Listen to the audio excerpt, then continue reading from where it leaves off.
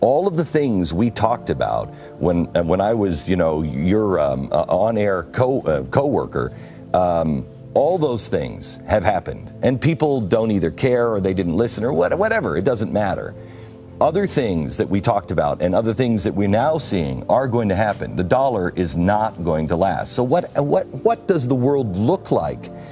We have two ways to go. We can either tear each other apart, or we can see that world that Amazon was talking about last night on 60 Minutes, where literally the sky is the limit. Everything you know is about to change. When you look at the state of the economy, Obamacare, the disaster, the rise in the ever-growing government, deficits, debt, doubling of the people on welfare, what do you think in the privacy? I know you spend a lot of time reading and you now have become a student of history. What do you think privately is going to happen to this country? I think that we are in trouble. Yeah, and I think that we are in a situation that we will either rise to the occasion and be our best selves. I saw something that happened over the weekend, Sean, a poll that came out. I know you must have talked about it today. 70% of Americans don't trust each other. They think only 30% of this country you can trust. If that remains true, will we then become Europe? We see signs that with the noblest of intentions, the Obama administration is in a kind of headlong retreat from the kind of global engagement that, in our view, offers the best hope for peace. Quick final thought from you, because you say openly in your essay that you're reserving judgment on all of this as we learn more over the next several weeks. But one of the things that you talk about in a broader perspective is global powers trying to rearrange themselves into a new global world order. What we're seeing is a kind of a concerted pushback by these three countries. I think we have to watch it carefully to see whether, in fact, this is the opening of a new moment in international history. Very interesting. Wazir. Whether, in fact, this is the opening of a new moment in international history. New mystery surrounding One World Trade Center. For about a year, New Yorkers have reported hearing an eerie sound coming from the newly constructed building. They call it haunting, and it's got a lot of people talking. Rick Leventhal joins us now. So, Rick, you went down there. You did some investigative work. What did you learn? Well, there's clearly a noise. It's not clear exactly where it's coming from. It can create a sound that some are calling eerie, haunting, even moaning. The whistling was first reported by the Tribeca citizen on the day after Thanksgiving. A man who lives a couple blocks from the almost completed One World Trade Tower wrote a local paper and said he first heard the sound during Hurricane Sandy last year and assumed it would be eliminated when the building's framework was finished and the windows installed. Well, then last week in the middle of the night, the neighbor says the tower began whistling again with a slightly different two-toned cry, calling it unmistakable and very chilling. So here it is, and you can judge for yourself.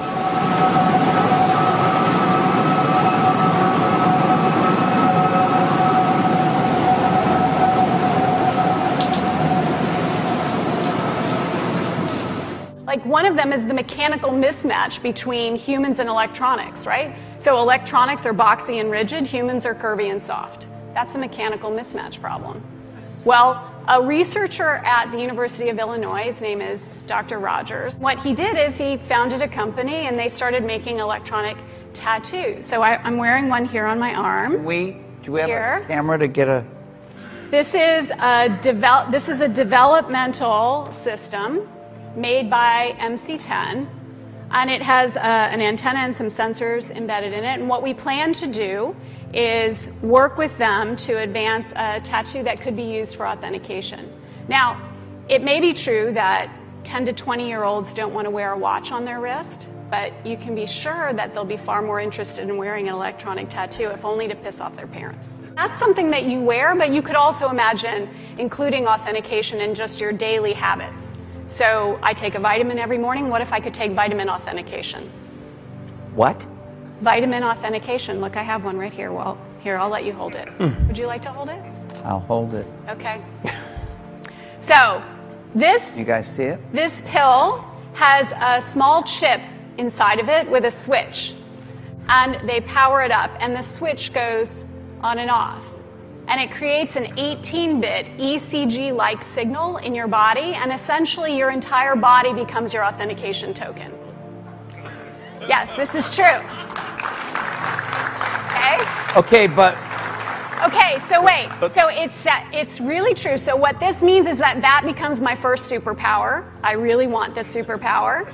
It means that my arms are like wires, my hands are like alligator clips. When I touch my phone, my computer, my door, my car, I'm authenticated in. First superpower. Like, I want that. So this is FDA cleared? So here's the thing. This is not science fiction. This pill was actually made by a company called Proteus, and they've developed it for medical applications. That pill has been CE stamped and cleared by the FDA. Does Google now know everything I do and everywhere I go? Because, let's face it.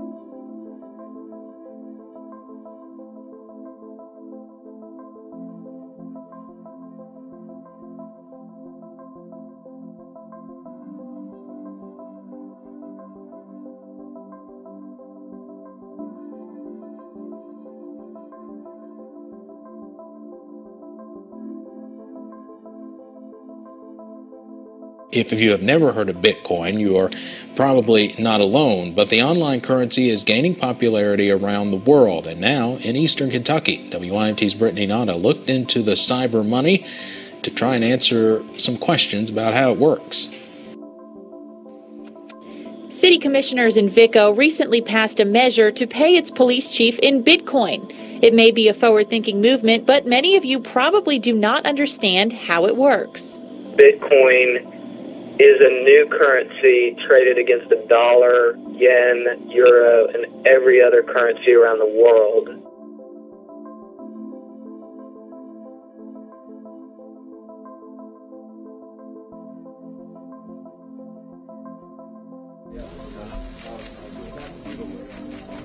Israel is ready for historic peace, and it's a peace based on 2 states for 2 peoples.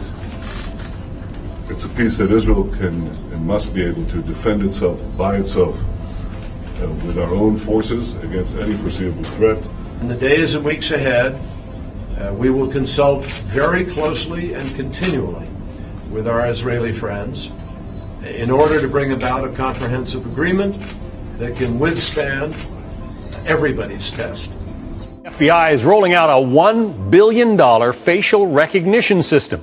This high-tech program has been undergoing testing since February. It compiles mug shots, iris scans, and more, and is finally said to be ready for launch. You know, the FBI is now revealing its next generation, if you will, effort to weed out the bad guys. As you mentioned, $1 billion. They've put it to the test so far in several states since February. Now, the system works in 2 ways. It can compare an image to the FBI's massive database of mugshots to pinpoint criminals. It can also track suspects in surveillance footage by honing in on their faces in a crowd.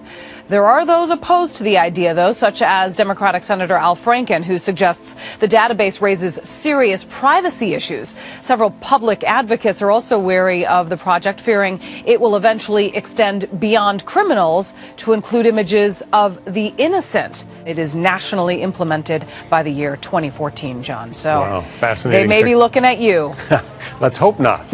A new crime-fighting tool is so big, some might call it a tank. Hey, I think they are. Now, it's really called an MRAP. I checked on that. And tonight, these massive military vehicles are in the hands of 4 mid-state police agencies. A handful of police departments are now getting them free of charge to protect their officers. Hendersonville SWAT team already has 2 Humvees. The problem is they're not armored.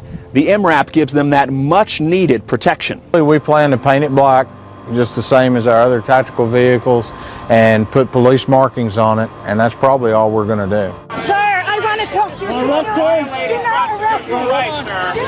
Go right there. He's under arrest. Stay right there. Back up, back up. Hey guys, if you cross this line, you'll be under arrest, so don't do it.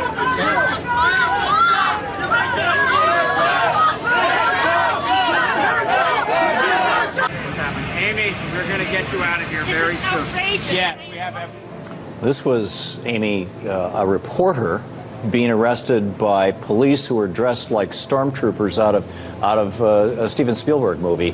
What was your experience? What were your thoughts? And And how do you think that we got here from 20, 30 years ago when this kind of thing was pretty much unheard of? You know, you had these police officers going after thousands of peaceful protesters, eviscerating the encampments, tear gassing, pepper spraying, beating people in the streets. And this all has to be reimagined. I mean, police have to be challenged. There are many good cops who don't feel that that's their role. Yeah, and it's our job it. in the media to cover them. I think so. And Matthew, I'm curious, in the minute we have left, at what point in time did America start militarizing our police, and why? Well, I don't think there's going to be anyone who can point to a specific minute, but I think a lot of it has right to do around with the time the Dirty Harry movies. Well, I think a lot of it has to do with the fact that we started waging this crazy war on drugs that encourages the militarization of police.